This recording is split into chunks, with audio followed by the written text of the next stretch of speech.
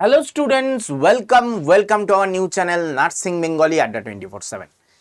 আজকে তোমাদের পরীক্ষার জন্য এনএম পরীক্ষার জন্য একটা গুরুত্বপূর্ণ ভিডিও বানাতে চলেছি। এই ভিডিওতে আমরা দেখে নেব যে জীবন বিজ্ঞানের কোন টপিকগুলো এই 50 দিনের মধ্যে তুমি শেষ করতে পারবে এবং তোমার পরীক্ষায় তুমি সফল হতে পারবে। স্যার 50 দিন কেন? তার বেশি টাইম আছে তো হাতে। 50 দিন এই কারণে ধরেছি কারণ তারপরে তোমার মক টেস্ট দেওয়ার পালা। 50 দিন মানে তোমার এখন পড়ার সময় 50 দিন, বাদ বাকি সময়টা তোমাকে মক টেস্টের উপরে টাইম দিতে হবে। তো তাই জন্য মাত্র 50 দিন তোমার হাতে পড়ার টাইম রয়েছে। এবার এই 50 দিনে 100% কমন তুমি কি করে পাবে? 50 দিনে কি 100% কমন পাওয়া যায়? উত্তর হচ্ছে হ্যাঁ, 100% কমন পাবে, কিন্তু আমি যেগুলো বলবো, যে টপিকগুলো বলবো সেইগুলো তোমাকে পড়তে হবে। তো শুরু থেকে শেষ অবধি ভিডিওতে থাকতে হবে। শুরু থেকে ভিডিও দেখলে এবং শেষ অবধি দেখলে তাহলে কিন্তু বুঝতে পারবে কোনটা পড়বে কোনটা ছাড়বে। আরেকটা জিনিস আমি বলে রাখছি ভিডিও শুরু করার আগে, সেটা হচ্ছে এই ভিডিওতে তোমাদের যেটা আমি দেখাচ্ছি যে কি কোথা থেকে পড়বে, এই টপিকগুলো যদি জানতে হয় তাহলে তোমাকে কি করতে হবে, এইখানে দেওয়া নাম্বার 9804030739 এই নাম্বারটায় হোয়াটসঅ্যাপে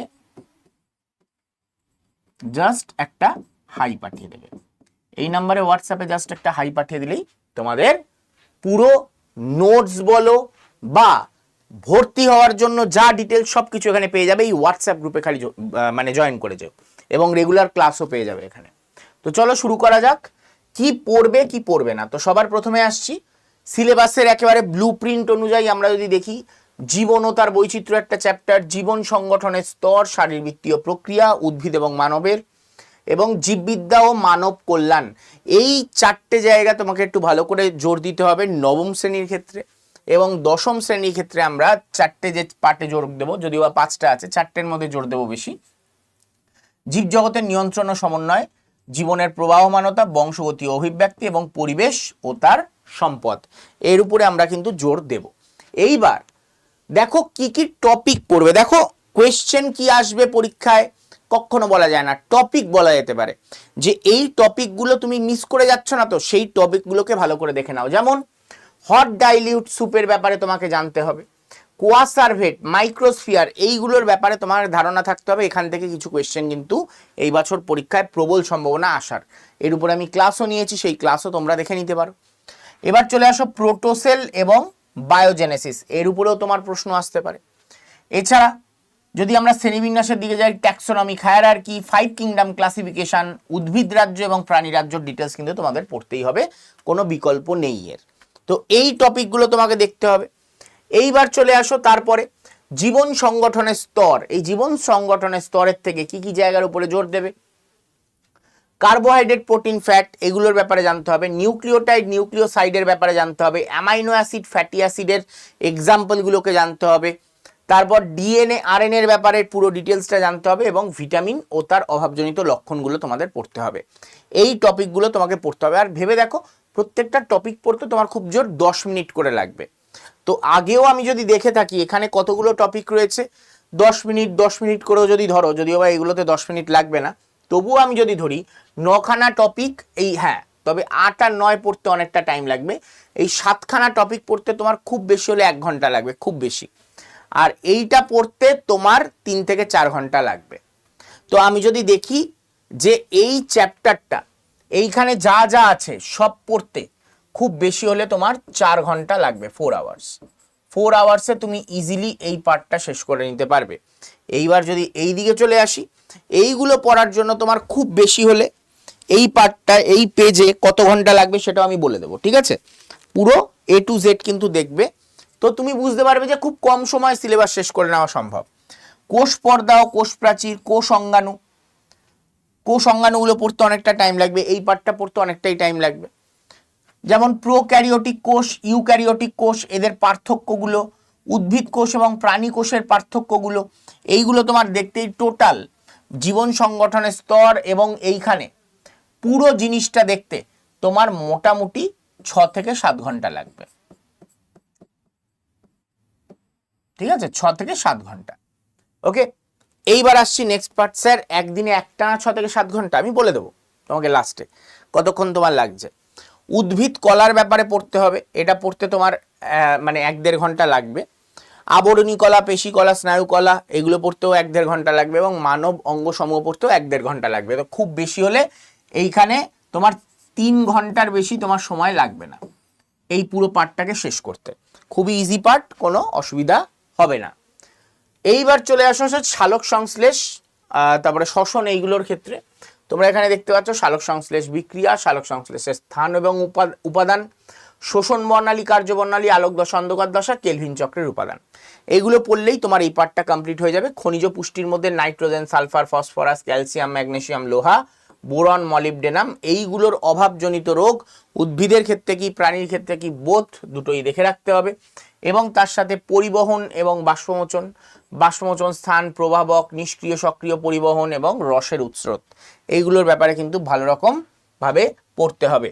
তো এই টোটালটা যদি আমরা দেখি, এটা পড়তেও তোমার 6 থেকে 7 ঘন্টা লাগবেই, ঠিক আছে, 6 থেকে 7 ঘন্টা লাগবেই। তারপরে চলে আসো শ্বসনতন্ত্র, মানব দেহের শ্বাসক্রিয়া, সবাত শ্বসন, অবাত শ্বসন, সন্ধান, হ্যাঁ, শ্বসনতন্ত্রের মধ্যে গ্লাইকোলাইসিস, ক্রেবস চক্র, শ্বসন আমরা এই পার্টে পড়ব।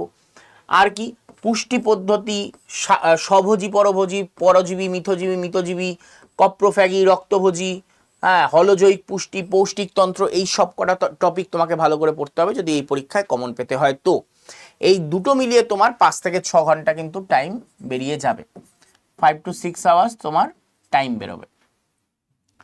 এরপরে চলে আসি সংবহন তন্ত্র।